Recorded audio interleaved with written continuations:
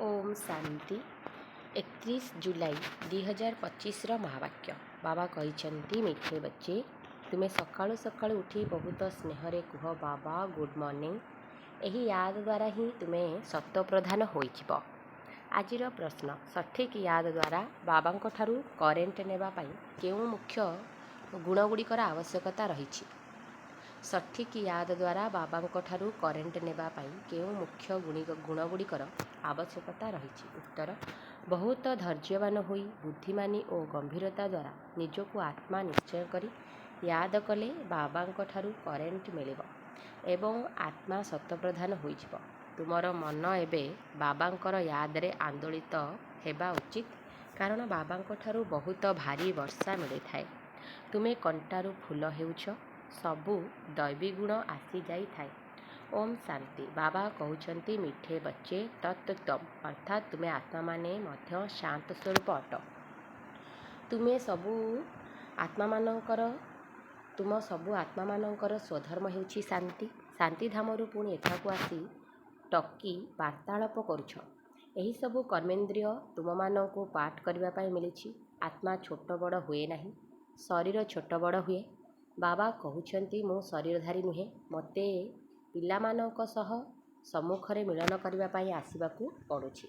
भाविनिय जेपरी बाबा अटंती तांकठारु संतान जन्म हेउछंती तेबे से पिला एपरी कहि पारिबो नाही जे मु परमधामरु आसी जन्म नेई माता पितांक सह मिसिबाकू आसीछि। भले केही नुआ आत्मा काहा शरीर में आसी थांती बा केही पुराणा आत्मा काहा शरीर में प्रवेश करि थांती तेबे एपरी कहिबे नाही जे माता पितांक सह मिसिबाकू आसीछि। तांकू स्वतः माता पिता मिली जाई थांती। एठारे एसबू हेउछि नुआ कथा। बाबा कहउछंती मो परम धामरु आसी तुम संतान मानक सम्मुखरे पहुंचीछि। तुमको ज्ञान देउछि कारण मु ज्ञानर सागर नॉलेजफुल। मु आसुछि तुम संतान मानक पढ़ाइबा पाई, राजयोग शिखाइबा पाई। तुमे संतान माने वर्तमान संगमरे अछ, तापरे निज घर को जिबाकू हेबो। सेथिपाई निश्चिंत पवित्र हेबाकू पड़िबो। अंतररे बहुत खुशी हेबा उचित। अहो बेहदर बाबा कहउछंती मोर मिठा मिठा संतान माने मोते याद कले तुमे सतप्रधान विश्वर मालिक होइजिब। बाबा पिलामानंकु केते स्नेह करुछंती। एपरी नुहे कि केवल टीचर रूप में पढ़ाई घर को चली जाइथांती। ये तो पिता भी अटंती और शिक्षक भी अटंती। तुमको पढ़ाउछंती, यादर यात्रा मध्य शिखाउछंती। तेणु विश्वर मालिक करुथिबा पतितरु पावन करुथिबा बाबांक साथीरे बहुत स्नेह रहिबा दरकार। सकाळु सकाळु उठी प्रथमे शिव बाबा को गुड मॉर्निंग करवा दरकार। पिलामानंको निज हृदय को पचारिबा दरकार कि मु सकाळु उठी बेहदर बाबा को केते याद करुछि। सकाळु उठी बाबा को गुड मॉर्निंग करी ज्ञानर चिंतन रहिले खुशीर पारा चढ़िब। मुख्य हेउछि ही याद। एहा द्वारा भविष्यत पाई बहुत भारी रोजगार होइथाय। कल्प कल्पांतर एही रोजगार कामरे आसिब। तुमको बहुत धैर्यवान होई गंभीरता और बुद्धिमत्ता रे याद करिवार अछि। मोटामोटी भावरे कहि देउछंती कि मु बाबा को बहुत याद करुछि, परंतु सठिक याद करिबारे परिश्रम लागि थाए। जिए बाबा को अधिक याद करिथांती सेमानंको अधिक शक्ति मिली थाए। काहेकि ना याद द्वारा याद मिली थाए। जोग एवं ज्ञान दुईटी जिनिस अटे। जोग बहुत बड़ विषय। जोग द्वारा आत्मा सत्प्रधान होई थाए। याद बिना सत्प्रधान हेबा असंभव। भल भावरे स्नेहरे बाबा को याद कले स्वतः शक्ति मिलिब, सुस्थ होइजिब। शक्ति मिलिले आयु वृद्धि हेब।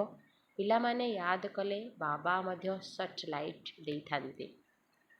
मधुर संतान मानक यह पक्का याद रखिबा उचित। शिव बाबा आमको पढ़ाउछंती। शिव बाबा पतित पावन मध्य अटंती, सद्गति दाता भी अटंती। सद्गति अर्थात स्वर्गर राजत्व दियंती। बाबा केते मिठा केते स्नेहरे पिलामानक बसी पढ़ाउछंती।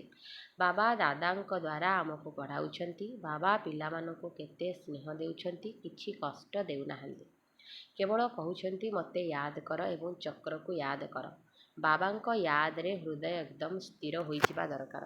एकमात्र बाबांक याद रे तुमे व्याकुल हेब, तड़ पाइबा दरकार। काहेकि ना बाबांक ठारू केते भारी वर्षा मिली थाए। निजको देखिबा दरकार मोर बाबांक साथी रे केते स्नेह रहिछि, मो पाखरे केते वैराग्य ओ दैवी गुण अछि। କାହିଁକି ନା ତୁମେ ସନ୍ତାନମାନେ ଏବେ କଣ୍ଟାରୁ ଫୁଲ ହେଉଛ। ଯେତେ ଯେତେ ଯୋଗରେ ରହିବ ସେତେ କଣ୍ଟାରୁ ଫୁଲ ଶତପ୍ରଧାନ ହୋଇଯିବ। ଯିଏ ବହୁତ କଣ୍ଟାକୁ ଫୁଲ କରିଥାନ୍ତି ତାଙ୍କୁ ହିଁ ସଜ୍ଜା ସୁଗନ୍ଧିତ ଫୁଲ କୁହାଯିବ। ସେ କେବେ ହେଲେ କାହାକୁ କଣ୍ଟା ମାରିବେ ନାହିଁ। କ୍ରୋଧ ମଧ୍ୟ ବଡ଼ କଣ୍ଟା ବହୁତଙ୍କୁ ଦୁଃଖ ଦେଇଥାଏ। ଏବେ ତୁମେମାନେ କଣ୍ଟାର ଦୁନିଆରୁ କୂଳକୁ ଆସିଯାଇଛ। ତୁମେ ସଙ୍ଗମରେ ଅଛ। ଯେପରି ମାଳି ଫୁଲକୁ ଅଲଗା ଅଲଗା ପାତ୍ରରେ ବାହାର କରି ରଖିଥାନ୍ତି, ସେହିପରି ତୁମ ଫୁଲମାନଙ୍କୁ ବି ଏବେ ସଙ୍ଗମଯୋଗୀ ଚାଙ୍ଗୁଡ଼ିରେ ଅଲଗା କରି ରଖାଯାଇଛି। ତାପରେ ତୁମେ ଫୁଲମାନେ ସ୍ୱର୍ଗକୁ ଚାଲିଯିବ। କଳିଯୁଗୀ କଣ୍ଟା ସବୁ ଭସ୍ମ ହୋଇଯିବ। ବାବା କହୁଛନ୍ତି, ମିଠା ସନ୍ତାନମାନେ, ତୁମେ ଯେତେ ଅନେକଙ୍କର କଲ୍ୟାଣ କରିବ ସେତେ ତୁମକୁ ହିଁ ତାହାର ଫଳ ମିଳିବ। ବହୁତଙ୍କୁ ରାସ୍ତା ବତାଇବ ତ ବହୁତଙ୍କର ଆଶୀର୍ବାଦ ମିଳିବ। ଜ୍ଞାନ ରତ୍ନରେ ଝୁଲା ଭରିକି ତାପରେ ଦାନ କରିବାକୁ ହେବ। ଜ୍ଞାନ ସାଗର ତୁମକୁ ରତ୍ନର ଥାଳି ଭରି ଭରି କରି ଦେଉଛନ୍ତି। ଯେଉଁମାନେ ତାହାର ଦାନ କରିଥାନ୍ତି ସିଏ ସମସ୍ତଙ୍କୁ ପ୍ରିୟ ଲାଗିଥାନ୍ତି। ପିଲାମାନର ଅନ୍ତରରେ କେତେ ଖୁସି ରହିବା ଦରକାର। ଯିଏ ସେନ୍ସିବଲ୍ ପିଲା ସେ ତ କହିବେ, ଆମେ ବାବାଙ୍କ ଠାରୁ ପୁରା ବର୍ଷା ନେବୁ। ଏକଦମ ଲାଗି ରହିବେ। ବାବାଙ୍କ ଉପରେ ବହୁତ ସ୍ନେହ ରହିବ। କାହିଁକି ନା ଜାଣିଛନ୍ତି ପ୍ରାଣଦାତା ବାବା ମିଳିଛନ୍ତି। ଜ୍ଞାନର ବରଦାନ ଏପରି ଦେଉଛନ୍ତି ଯଦ୍ୱାରା ଆମେ କଣରୁ କଣ ହୋଇଯାଉଛୁ, ଅସମର୍ଥରୁ ସମର୍ଥ ହୋଇଯାଉଛୁ। ଏତେ ଭଣ୍ଡାର ଭରପୁର କରିଦେଉଛନ୍ତି। ବାବାଙ୍କୁ ଯେତେ ଯେତେ ୟାଦ କରିବ ସେତେ ଲଭ୍ ରହିବ, ଆକର୍ଷଣ ହେବ। ଛୁଞ୍ଚି ସଫା ହୋଇଥିଲେ ଚୁମ୍ବକ ଆଡ଼କୁ ଆକର୍ଷିତ ହୋଇଥାଏ ନା। ବାବାଙ୍କ ୟାଦରେ କଳଙ୍କି ବାହାରିଯିବ। ଏକମାତ୍ର ବାବାଙ୍କ ବ୍ୟତୀତ ଅନ୍ୟ କେହି ମନେ ନ ପଡ଼ନ୍ତୁ। ବାବା ବୁଝାଉଛନ୍ତି, ମିଠା ସନ୍ତାନମାନେ କିଛି ଭୁଲ କର ନାହିଁ। ସ୍ୱଦର୍ଶନ ଚକ୍ରଧାରୀ ହୁଅ, ଲାଇଟ୍ ହାଉସ୍ ହୁଅ। ସ୍ୱଦର୍ଶନ ଚକ୍ରଧାରୀ ହେବାର ଅଭ୍ୟାସ ଭଲ ଭାବରେ ହୋଇଗଲେ ତୁମେ ପୁଣି ଯେପରି ଜ୍ଞାନର ସାଗର ହୋଇଯିବ। ଯେପରି ବିଦ୍ୟାର୍ଥୀ ପଢ଼ିକରି ଟିଚର ହୋଇଯାଆନ୍ତି ନା, ତୁମର ଧନ୍ଦା ହିଁ ଏହା ଅଟେ। ସମସ୍ତଙ୍କୁ ସ୍ୱଦର୍ଶନ ଚକ୍ରଧାରୀ କର, ତେବେ ହିଁ ଚକ୍ରବର୍ତ୍ତୀ ରାଜାରାଣୀ ହେବ। ବାବା କହୁଛନ୍ତି, ସନ୍ତାନମାନେ, ତୁମ ବିନା ମୋତେ ଯେପରି ବେଆରାମୀ ଅଶାନ୍ତ ଲାଗୁଛି। ଯେତେବେଳେ ସମୟ ଆସେ ବେଆରାମୀ ହୋଇଯାଇଥାଏ। ବାସ୍ ଏବେ ମୁଁ ଯିବି। ପିଲାମାନେ ବହୁତ ଡାକୁଛନ୍ତି, ବହୁତ ଦୁଃଖୀ ଅଟନ୍ତି। ଦୟା ଲାଗୁଛି, ସେଥିପାଇଁ ମୁଁ ଆସୁଛି ତୁମ ସନ୍ତାନମାନଙ୍କୁ ସବୁ ଦୁଃଖରୁ ମୁକ୍ତ କରିବାକୁ। ଏବେ ତୁମ ସନ୍ତାନମାନଙ୍କୁ ଘରକୁ ଯିବାର ଅଛି। ତାପରେ ପୁଣି ସେଠାରୁ ତୁମେ ସ୍ୱତଃ ହିଁ ସୁଖଧାମକୁ ଚାଲିଯିବ। ସେଠାରେ ମୁଁ ତୁମର ସାଥୀ ହେବି ନାହିଁ। ନିଜ ଅବସ୍ଥା ଅନୁସାରେ ତୁମର ଆତ୍ମା ଚାଲିଯିବ। ଆଚ୍ଛା, ମିଠା ମିଠା ଶିଖିଲଧେ ସନ୍ତାନମାନଙ୍କ ପ୍ରତି ମାତା ପିତା ବାପଦାଦାଙ୍କର ମଧୁର ସ୍ନେହ ସମ୍ପନ୍ନ ଶୁଭେଚ୍ଛା ଏବଂ ସୁପ୍ରଭାତ। ଆତ୍ମିକ ପିତାଙ୍କର ଆତ୍ମିକ ସନ୍ତାନମାନଙ୍କୁ ନମସ୍ତେ। ଆମ ଆତ୍ମିକ ସନ୍ତାନମାନଙ୍କର ଆତ୍ମିକ ମାତା ପିତାଙ୍କୁ ନମସ୍ତେ ନମସ୍ତେ ନମସ୍ତେ। ଧାରଣା ପାଇଁ ମୁଖ୍ୟ ସାରାଂଶ। ପଏଣ୍ଟ ନମ୍ବର 1, ବାବାଙ୍କ ଠାରୁ କରେଣ୍ଟ ସ୍ୱତଃ ନେବା ପାଇଁ ବହୁତ ସ୍ନେହରେ ବାବାଙ୍କୁ ୟାଦ କରିବା ଉଚିତ। ଏହି ୟାଦ ହିଁ ସୁସ୍ଥ କରିଦେବ। କରେଣ୍ଟ ନେଲେ ହିଁ ଆୟୁ ବଢ଼ିବ। ୟାଦ ଦ୍ୱାରା ହିଁ ବାବାଙ୍କର ସର୍ଚ୍ଚ ଲାଇଟ୍ ମିଳିବ। ପଏଣ୍ଟ ନମ୍ବର 2, ଭୁଲ କରିବା ଛାଡ଼ି ସ୍ୱଦର୍ଶନ ଚକ୍ରଧାରୀ ଲାଇଟ୍ ହାଉସ୍ ହେବା ଉଚିତ। ଏହାଦ୍ୱାରା ହିଁ ଜ୍ଞାନର ସାଗର ହୋଇ ଚକ୍ରବର୍ତ୍ତୀ ରାଜାରାଣୀ ହୋଇଯିବ। ଆଜିର ବରଦାନ। ସମସ୍ତଙ୍କୁ ଖୁସି ଖବର ଶୁଣାଉଥିବା ଖୁସିର ସମ୍ପତ୍ତିରେ ଭରପୁର ଭଣ୍ଡାର ଭବ। ସମସ୍ତଙ୍କୁ ଖୁସି ଖବର ଶୁଣାଉଥିବା ଖୁସିର ସମ୍ପତ୍ତିରେ ଭରପୁର ଭଣ୍ଡାର ଭବ। ସର୍ବଦା ନିଜର ଏହି ସ୍ୱରୂପକୁ ସମ୍ମୁଖରେ ରଖ କି ମୁଁ ଖୁସିର ସମ୍ପତ୍ତିରେ ଭରପୁର ଭଣ୍ଡାର ଅଟେ। ଯାହା ବି ଅଗଣିତ ଏବଂ ଅବିନାଶୀ ସମ୍ପତ୍ତି ମିଳିଛି ସେହି ସମ୍ପତ୍ତିକୁ ସ୍ମୃତିରେ ଆଣ। ସମ୍ପତ୍ତିକୁ ସ୍ମୃତିରେ ଆଣିଲେ ଖୁସି ହେବ ଏବଂ ଯେଉଁଠି ଖୁସି ଥାଏ ସେଠାରେ ସଦାକାଳ ପାଇଁ ଦୁଃଖ ଦୂର ହୋଇଯାଏ। ସମ୍ପତ୍ତିର ସ୍ମୃତିରେ ଆତ୍ମା ସମର୍ଥ ହୋଇଯାଇଥାଏ, ବ୍ୟର୍ଥ ସମାପ୍ତ ହୋଇଯାଇଥାଏ। ଭରପୁର ଆତ୍ମା କେବେ ହେଲେ ବି ହଲଚଲରେ ଆସନ୍ତି ନାହିଁ। ସେ ନିଜେ ବି ଖୁସିରେ ରୁହନ୍ତି ଏବଂ ଅନ୍ୟମାନଙ୍କୁ ବି ଖୁସିର ଖବର ଶୁଣାଇଥାନ୍ତି। ସ୍ଲୋଗାନ, ଯୋଗ୍ୟ ହେବାର ଅଛି ତ କର୍ମ ଓ ଯୋଗର ସନ୍ତୁଳନ ରଖ। ଯୋଗ୍ୟ ହେବାର ଅଛି ତ କର୍ମ ଓ ଯୋଗର ସନ୍ତୁଳନ ରଖ। ଅବ୍ୟକ୍ତ ଇସାରା, ସଂକଳ୍ପ ଶକ୍ତିକୁ ଜମା କରି ଶ୍ରେଷ୍ଠ ସେବାର ନିମିତ୍ତ ହୁଅ। ସେବାରେ ମୁଖ ଦ୍ୱାରା ପରିଚୟ ଦେବାରେ ସମୟ ବି ଲଗାଉଛ, ସମ୍ପତ୍ତି ବି ଲଗାଉଛ, ହଲଚଲ ବି ହେଉଛ, ଥକି ବି ଯାଉଛ, କିନ୍ତୁ ଶ୍ରେଷ୍ଠ ସଂକଳ୍ପର ସେବାରେ ଏସବୁ ବଞ୍ଚିଯିବ। ତେଣୁ ଏହି ସଂକଳ୍ପ ଶକ୍ତିକୁ ବଢ଼ାଅ, ଦୃଢ଼ତା ସମ୍ପନ୍ନ ସଂକଳ୍ପ କର, ତେବେ ପ୍ରତ୍ୟକ୍ଷତା ଶୀଘ୍ର ଆସିବ। ଡ୍ରାମାର କିଛି ଗୁହ୍ୟ ରହସ୍ୟ ସନ୍ଦେଶ ପୁତ୍ରୀମାନଙ୍କ ଦ୍ୱାରା। ପଏଣ୍ଟ ନମ୍ବର 1, ଏହି ବିରାଟ ଫିଲ୍ମ ଡ୍ରାମାରେ ପ୍ରତ୍ୟେକ ମନୁଷ୍ୟାତ୍ମାଙ୍କ ଠାରେ ନିଜ ନିଜ ସ୍ଥିତି ଅନୁସାରେ ସାରା ଜୀବନର ଜ୍ଞାନ ଅଥବା ଅଭିନୟ ପୂର୍ବରୁ ହିଁ ମର୍ଜ ସମାହିତ ରୂପରେ ରହିଥାଏ। ଜୀବାତ୍ମା ମଧ୍ୟରେ ସାରା ଜୀବନର ପରିଚୟ ମର୍ଜ ହୋଇଥିବା କାରଣରୁ ଠିକ୍ ସମୟରେ ଇମର୍ଜ ହୋଇଥାଏ। ପ୍ରତ୍ୟେକଙ୍କଠାରେ ନିଜ ନିଜର ସମ୍ପୂର୍ଣ୍ଣତାର ଅବସ୍ଥା ଅନୁସାରେ ଜ୍ଞାନ ଅଥବା ଅଭିନୟ ଯାହାକି ମର୍ଜ ହୋଇକରି ଅଛି ତାହା ହିଁ ଠିକ୍ ସମୟରେ ଇମର୍ଜ ହୋଇଥାଏ, ଯାହାଦ୍ୱାରା ତୁମେ ସମସ୍ତେ ଜାନି ଜାନନହାର ଜ୍ଞାତା ହୋଇଯାଉଛ। ପଏଣ୍ଟ ନମ୍ବର 2, ଏହି ବିରାଟ ନାଟକର ପ୍ରତିଟି ସେକେଣ୍ଡରେ ଅଭିନୟ ନୂଆ ହୋଇଥିବା କାରଣରୁ ତୁମକୁ ଏପରି ଜଣାପଡ଼ିବ କି ଯେପରି ଏବେ ଏବେ ଏଠାକୁ ଆସିଛି। ପ୍ରତିଟି ସେକେଣ୍ଡରେ ଅଭିନୟ ଅଲଗା ଅଲଗା ହୋଇଥାଏ। କଳ୍ପ ପୂର୍ବରୁ ଘଡ଼ିର ପୁନରାବୃତ୍ତି ହୋଇଥାଏ, ପରନ୍ତୁ ଯେତେବେଳେ ବାସ୍ତବିକ ଜୀବନରେ ଚାଲୁଛ ସେତେବେଳେ ନୂଆ ପରି ଲାଗୁଛି। ଏହାକୁ ବୁଝି ଆଗକୁ ବଢ଼ିଚାଲ। ଏପରି କେହି କହିପାରିବେ ନାହିଁ କି ମୁଁ ତ ଜ୍ଞାନ ପ୍ରାପ୍ତ କରିନେଲି, ଏବେ ମୁଁ ଯାଉଛି। ନା, ଯେ ପର୍ଯ୍ୟନ୍ତ ବିନାଶ ହୋଇନାହିଁ ସେ ପର୍ଯ୍ୟନ୍ତ ସାରା ଅଭିନୟ ଏବଂ ସାରା ଜ୍ଞାନ ନୂଆ। ପଏଣ୍ଟ ନମ୍ବର 3, ଏହି ବିରାଟ ଡ୍ରାମାରେ ଯାହା ପୂର୍ବ ନିର୍ମିତ ହୋଇକରି ଅଛି ତାହା ନିଶ୍ଚୟର ଆଧାରରେ ତିଆରି ହୋଇଛି। ପୂର୍ବ ନିଶ୍ଚିତକୁ କେହି ଯଦି ଟାଳି ଦେଉଛନ୍ତି ବା ତିଆରି କରୁଛନ୍ତି ତାହା ସବୁ ନିଜ ଉପରେ ନିର୍ଭର କରୁଛି। ମୁଁ ନିଜେ ହିଁ ନିଜର ଶତ୍ରୁ ଏବଂ ନିଜେ ନିଜର ମିତ୍ର ଅଟେ। ଏବେ ତୁମକୁ ବହୁତ ରମଣୀୟ ମିଠା ହେବାର ଅଛି ଓ କରାଇବାର ଅଛି। ପଏଣ୍ଟ ନମ୍ବର 4, ଏହି ବିରାଟ ଫିଲ୍ମରେ ଏହା ସହନ କରିବା ବି ତୁମ ପାଇଁ କଳ୍ପ ପୂର୍ବର ଏହି ମିଠା ସ୍ୱପ୍ନ ଅଟେ, କାରଣ ତୁମର ତଥାପି ବି କିଛି ହୁଏ ନାହିଁ। ଯେଉଁମାନେ ବି ତୁମକୁ ହଇରାଣ କରିଛନ୍ତି ସେମାନେ ବି କହିବେ କି ମୁଁ ଏହାଙ୍କୁ କେତେ ହଇରାଣ କଲି, ଦୁଃଖୀ କଲି, ପରନ୍ତୁ ଇଏ ତ ପୁଣି ବି ଡିଭାଇନ୍ ୟୁନିଟି, ଦିବ୍ୟ ଏକତା, ସୁପ୍ରିମ୍ ୟୁନିଟି, ସର୍ବୋଚ୍ଚ ଏକତା, ବିଜୟୀ ପାଣ୍ଡବ ହୋଇ ରହୁଛନ୍ତି। ଏହି ପୂର୍ବ ନିର୍ମିତ ଡ୍ରାମାକୁ କେହି ଟାଳି ପାରିବେ ନାହିଁ। ପଏଣ୍ଟ ନମ୍ବର 5, ଏହି ବିରାଟ ଫିଲ୍ମରେ ଦେଖ କିପରି ଚମତ୍କାର ରହିଛି ଯେ ତୁମେ ପ୍ରତ୍ୟକ୍ଷ ପାଣ୍ଡବମାନେ ବି ଆସିଛ ଏବଂ ତୁମର ପୁରୁଣା ଚିତ୍ର ଏବଂ ଚିହ୍ନଗୁଡ଼ିକ ବି ଏପର୍ଯ୍ୟନ୍ତ ରହିଛି। ଯେପରି ପୁରୁଣା କାଗଜ, ପୁରୁଣା ଶାସ୍ତ୍ର, ଗୀତା, ପୁସ୍ତକ ଆଦି ସମ୍ଭାଳି କରି ରଖିଥାନ୍ତି, ତାହାର ପୁଣି ବହୁତ ସମ୍ମାନ କରିଥାନ୍ତି। ଏହିପରି ପୁରୁଣା ଜିନିଷ ରହିଥିଲେ ମଧ୍ୟ ଏବେ ନୂଆ ବସ୍ତୁ ଉଦ୍ଭାବନ ହେଉଛି। ପୁରୁଣା ଗୀତା ବାସ୍ତବରେ ଥିଲେ ମଧ୍ୟ ନୂଆ ଗୀତାର ଉଦ୍ଭାବନ ହୋଇଛି। ପୁରୁଣାର ଅନ୍ତ ସେତେବେଳେ ହେବ ଯେତେବେଳେ ନୂଆର ସ୍ଥାପନ ହୋଇଯିବ। ଏବେ ତୁମ ବାସ୍ତବ ଜୀବନରେ ଜ୍ଞାନକୁ ପ୍ରତ୍ୟକ୍ଷ ରୂପରେ ଧାରଣ କରିଥିବା କାରଣରୁ ଦୁର୍ଗା, କାଳୀ ଆଦି ହୋଇଛ। ପୁରୁଣା ସ୍ଥୂଳ ଜଡ଼ ଚିତ୍ରଗୁଡ଼ିକର ବିନାଶ ହୋଇ ନୂଆ ଚୈତନ୍ୟ ସ୍ୱରୂପରେ ସ୍ଥାପନା ହୋଇଥାଏ।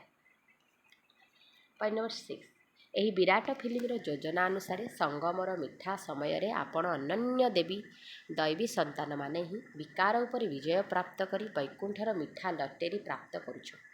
ଆପଣଙ୍କର ଏହି ଲଲାଟ କେତେ ଭାଗ୍ୟବାନ ଅଟେ। ବର୍ତ୍ତମାନ ତୁମେ ନର ଓ ନାରୀ ଅବିନାଶୀ ଜ୍ଞାନ ଦ୍ୱାରା ପୂଜ୍ୟ ଯୋଗ୍ୟ ଦେବତା ପଦ ପ୍ରାପ୍ତ କରୁଛ। ଏହା ହେଉଛି ଏହି ସଙ୍ଗମର ସୁହାବନା ଆଶ୍ଚର୍ଯ୍ୟଜନକ ସମୟର ଆଶ୍ଚର୍ଯ୍ୟଜନକ ରୀତି। ପଏଣ୍ଟ ନମ୍ବର 7, ଈଶ୍ୱର ସାକ୍ଷୀ ହୋଇ ଦେଖୁଛନ୍ତି ଯେ ମୁଁ ଯେଉଁ ଅଭିନେତାମାନଙ୍କୁ ଅନେକ ଗହଣାରେ ଆଭୂଷଣରେ ଶୃଙ୍ଗାରିତ କରି ଏହି ସୃଷ୍ଟିରୂପୀ ଷ୍ଟେଜରେ ନୃତ୍ୟ କରିବା ଅର୍ଥେ ପଠାଇଥିଲି ସେମାନେ କିପରି ଅଭିନୟ କରୁଛନ୍ତି। ମୁଁ ନିଜର ଦୈବୀ ସନ୍ତାନମାନଙ୍କୁ ସୁବର୍ଣ୍ଣ ଟଙ୍କା, ରୌପ୍ୟ ଟଙ୍କା ଦେଇ କହିଥିଲି କି ଏହି ଆଭୂଷଣ, ଏହି ଗହଣାଗୁଡ଼ିକ ପିନ୍ଧିକରି ଖୁସି ମିଜାଜ ହୋଇ ସାକ୍ଷୀ ହୋଇ ଅଭିନୟ ବି କରିବ ଏବଂ ସାକ୍ଷୀ ହୋଇ ଏହି ଖେଳ ବି ଦେଖିବ। ଫସିଯିବ ନାହିଁ, କିନ୍ତୁ ଅଧାକଳ୍ପ ରାଜ୍ୟଭାଗ୍ୟ ଭୋଗ କରି ପୁଣି ଅଧାକଳ୍ପ ନିଜ ରଚନାର ମାୟାରେ ଫସିଗଲ। ଏବେ ପୁନଃ ମୁଁ ତୁମକୁ କହୁଛି ଏହି ମାୟାକୁ ଛାଡ଼ିଦିଅ। ଏହି ଜ୍ଞାନ ମାର୍ଗରେ ବିକାର କାର୍ଯ୍ୟରୁ ନିବୃତ୍ତ ହୋଇ ନିର୍ବିକାରୀ ହେଲେ ଆଦି ମଧ୍ୟ ଅନ୍ତ ଦୁଃଖରୁ ମୁକ୍ତ ହୋଇ ଜନ୍ମ ଜନ୍ମାନ୍ତର ପାଇଁ ସୁଖ ପ୍ରାପ୍ତ କରିପାରିବ। ପଏଣ୍ଟ ନମ୍ବର 8, ନିଜଠାରୁ କେହି ବି ଉଚ୍ଚ ଅବସ୍ଥାଯୁକ୍ତଙ୍କ ଦ୍ୱାରା ଯଦି କୌଣସି ସାବଧାନୀ ମିଳୁଛି ତ ତାକୁ ରାଜଯୁକ୍ତ ହୋଇ ଉଠାଇବାରେ ହିଁ କଲ୍ୟାଣ ନିହିତ। ଏହାର ଭିତରର ରହସ୍ୟକୁ ଜାଣିବା ଉଚିତ ଯେ ଏଥିରେ ନିଶ୍ଚିନ୍ତ କିଛି କଲ୍ୟାଣ ନିହିତ ରହିଛି। ଏହି ଯେଉଁ ପଏଣ୍ଟ ମୋତେ ଏହାଙ୍କ ଦ୍ୱାରା ମିଳିଛି ତାହା ବିଲକୁଲ ଯଥାର୍ଥ। ତାଙ୍କୁ ବହୁତ ଖୁସିରେ ସ୍ୱୀକାର କରିବା ଦରକାର, କାହିଁକି ନା ଯଦି ମୋ ଦ୍ୱାରା କେବେ କିଛି ଭୁଲ ହୋଇଯାଉଛି ତ ସେହି ପଏଣ୍ଟ ମନେ ପଡ଼ିଗଲେ ନିଜକୁ ଠିକ୍ କରିଦେବି। ସେଥିପାଇଁ କିଛି ବି ସାବଧାନୀ ମିଳୁ ବହୁତ ବିଶାଳ ବୁଦ୍ଧିରେ ଧାରଣ କଲେ ତୁମେ ଉନ୍ନତି ପ୍ରାପ୍ତ କରିପାରିବ। ପଏଣ୍ଟ ନମ୍ବର 9, ଏବେ ତୁମକୁ ନିତ୍ୟ ଅନ୍ତର୍ମୁଖ ହୋଇ ଯୋଗରେ ରହିବା ଉଚିତ, କାରଣ ଅନ୍ତର୍ମୁଖ ହେଲେ ନିଜକୁ ଦେଖିପାରିବ। କେବଳ ଦେଖିବ ନାହିଁ, ପରିବର୍ତ୍ତନ ବି କରିପାରିବ। ଏହା ହିଁ ସର୍ବୋତ୍ତମ ଅବସ୍ଥା। ଯେତେବେଳେ ଏହା ଜଣାଅଛି ଯେ ସମସ୍ତେ ନିଜର ସ୍ଥିତି ଅନୁସାରେ ପୁରୁଷାର୍ଥୀ ଅଟନ୍ତି, ତେବେ କୌଣସି ବି ପୁରୁଷାର୍ଥୀଙ୍କ ପାଇଁ ଯୁକ୍ତି କରିପାରିବ ନାହିଁ। କାରଣ ସେ ନିଜ ସ୍ଥିତି ଅନୁସାରେ ପୁରୁଷାର୍ଥୀ ଅଟନ୍ତି। ତାଙ୍କର ସ୍ଥିତିକୁ ଦେଖି ତାଙ୍କଠାରୁ ଗୁଣ ଗ୍ରହଣ କର। ଯଦି ଗୁଣ ଗ୍ରହଣ କରିପାରିବ ବହୁତ ଖୁସିରେ ସ୍ୱୀକାର କରିବା ଦରକାର। କାହିଁକି ନା ଯଦି ମୋ ଦ୍ୱାରା କେବେ କିଛି ଭୁଲ ହୋଇଯାଉଛି ତ ସେହି ପଏଣ୍ଟ ମନେ ପଡ଼ିଗଲେ ନିଜକୁ ଠିକ୍ କରିଦେବେ। ସେଥିପାଇଁ କିଛି ବି ସାବଧାନୀ ମିଳୁ। ବହୁତ ବିଶାଳ ବୁଦ୍ଧିରେ ଧାରଣା କଲେ ତୁମେ ଉନ୍ନତି ପ୍ରାପ୍ତ କରିପାରିବ। ପଏଣ୍ଟ ନମ୍ବର 9, ଏବେ ତୁମକୁ ନିତ୍ୟ ଅନ୍ତର୍ମୁଖ ହୋଇ ଯୋଗରେ ରହିବା ଉଚିତ। କାରଣ ଅନ୍ତର୍ମୁଖ ହେଲେ ନିଜକୁ ଦେଖିପାରିବ। କେବଳ ଦେଖିବ ନାହିଁ, ପରିବର୍ତ୍ତନ ବି କରିପାରିବ। ଏହା ହିଁ ସର୍ବୋତ୍ତମ ଅବସ୍ଥା। ଯେତେବେଳେ ଏହା ଜଣାଅଛି ଯେ ସମସ୍ତେ ନିଜର ସ୍ଥିତି ଅନୁସାରେ ପୁରୁଷାର୍ଥୀ ଅଟନ୍ତି, ତେବେ କୌଣସି ବି ପୁରୁଷାର୍ଥୀଙ୍କ ପାଇଁ ଯୁକ୍ତି କରିପାରିବ ନାହିଁ। ପଏଣ୍ଟ ନମ୍ବର 10, ତୁମେ ସର୍ବଦା ନିଜର ସର୍ବୋତ୍ତମ ଲକ୍ଷ୍ୟକୁ ସମ୍ମୁଖରେ ଦେଖି ନିଜକୁ ହିଁ ଦେଖ। ତୁମେ ପ୍ରତ୍ୟେକ ବ୍ୟକ୍ତିଗତ ପୁରୁଷାର୍ଥୀ ଅଟ। ତୁମେ ନିଜ ପାଇଁ ନିଜେ ଧ୍ୟାନ ଦେଇ ଆଗକୁ ଦୌଡ଼ୁଥାଅ। କେହି କିଛି ବି କରନ୍ତୁ, ପରନ୍ତୁ ମୁଁ ନିଜ ସ୍ୱରୂପରେ ସ୍ଥିତ ରହିବି, ଅନ୍ୟ କାହାକୁ ବି ଦେଖିବି ନାହିଁ। ନିଜ ବୁଦ୍ଧିଯୋଗ ବଳରେ ମୁଁ ତାଙ୍କର ଅବସ୍ଥାକୁ ଜାଣିଯିବି। ଅନ୍ତର୍ମୁଖୀର ଅବସ୍ଥା ଦ୍ୱାରା ହିଁ ତୁମେ ଅନେକ ପରୀକ୍ଷାକୁ ପାର କରିପାରିବ। ଆଚ୍ଛା, ଓମ୍ ଶାନ୍ତି, ଓମ୍ ଶାନ୍ତି।